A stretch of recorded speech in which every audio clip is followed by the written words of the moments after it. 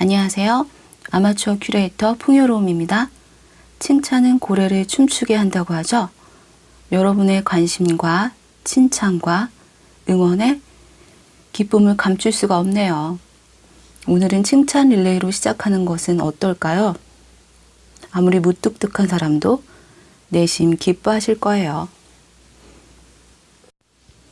많은 분들이 프란치스코 고야의 작품에 관심을 가져주셔서 고야의 또 다른 작품 1808년 5월 3일과 마드리드의 1808년 5월 2일에 대해 저와 함께 살펴보도록 하겠습니다.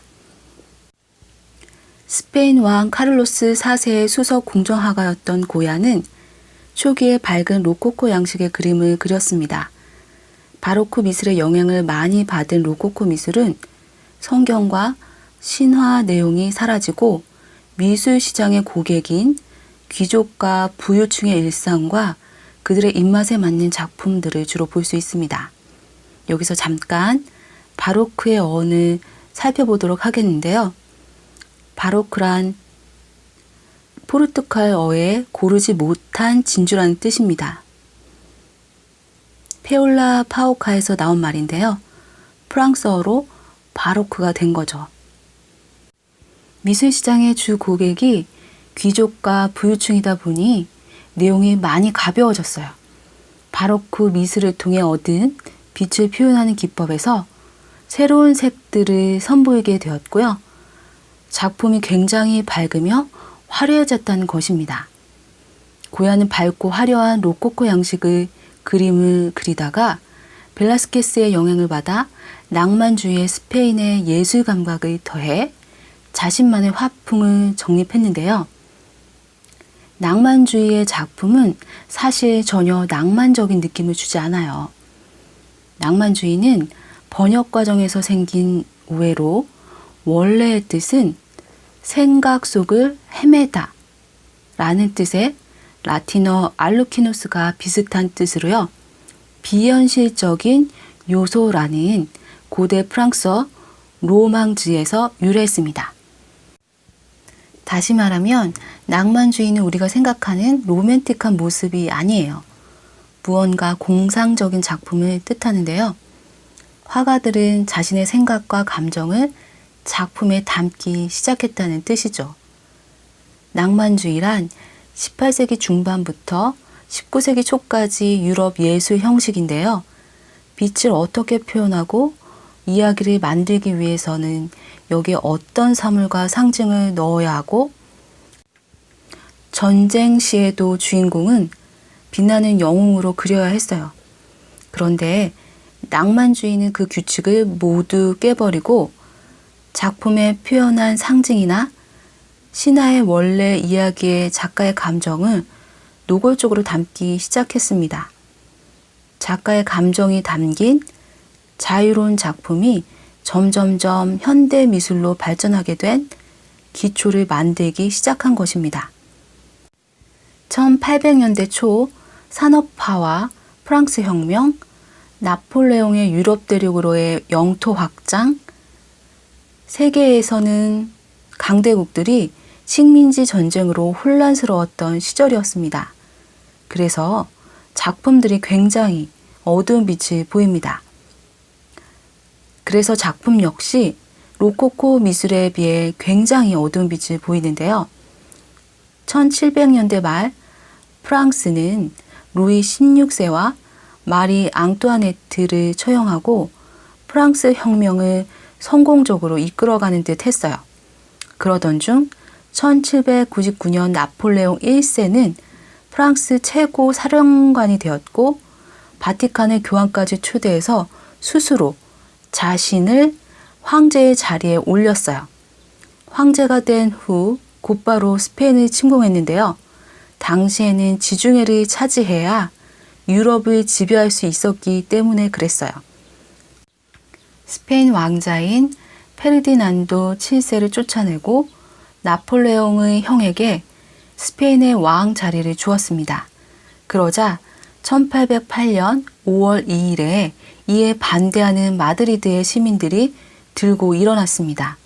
하루 만에 나폴레옹의 군대는 잔인하게 시민들을 진압했어요.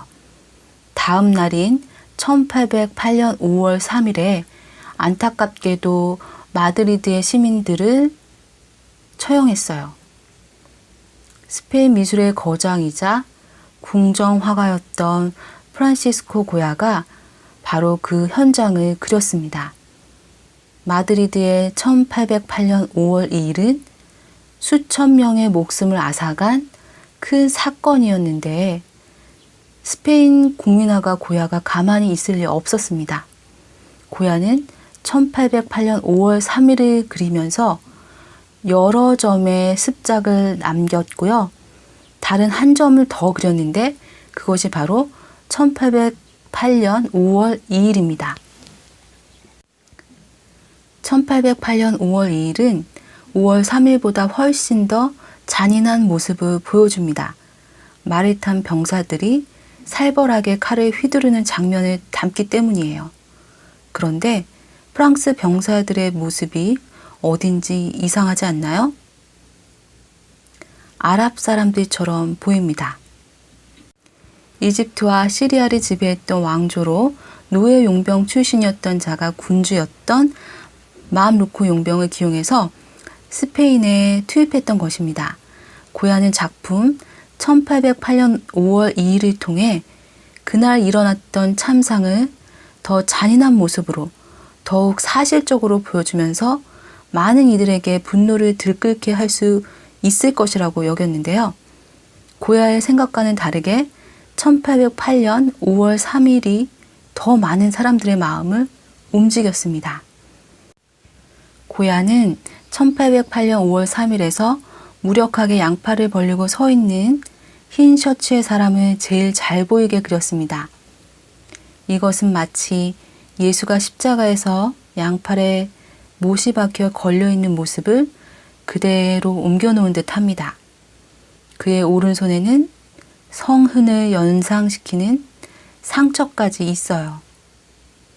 처형을 당하고 있는 스페인의 폭도들이 자신의 나라와 민족을 지키기 위해 순교한다는 뜻을 담은 것입니다. 프란치스코 고야는 작품의 하나의 소점만을 적용해 그 뜻을 극대화했어요. 그것이 바로 낭만주의의 대표적인 특징입니다. 이 작품은 마네의 막시밀리안의 처형과 피카소의 1951년작 한국에서의 학살에서 미국인에게 잔인하게 처형당하는 한국인들의 모습을 그렸는데요. 이 두 작품 모두 고야의 구도와 배치를 그대로 적용한 것입니다.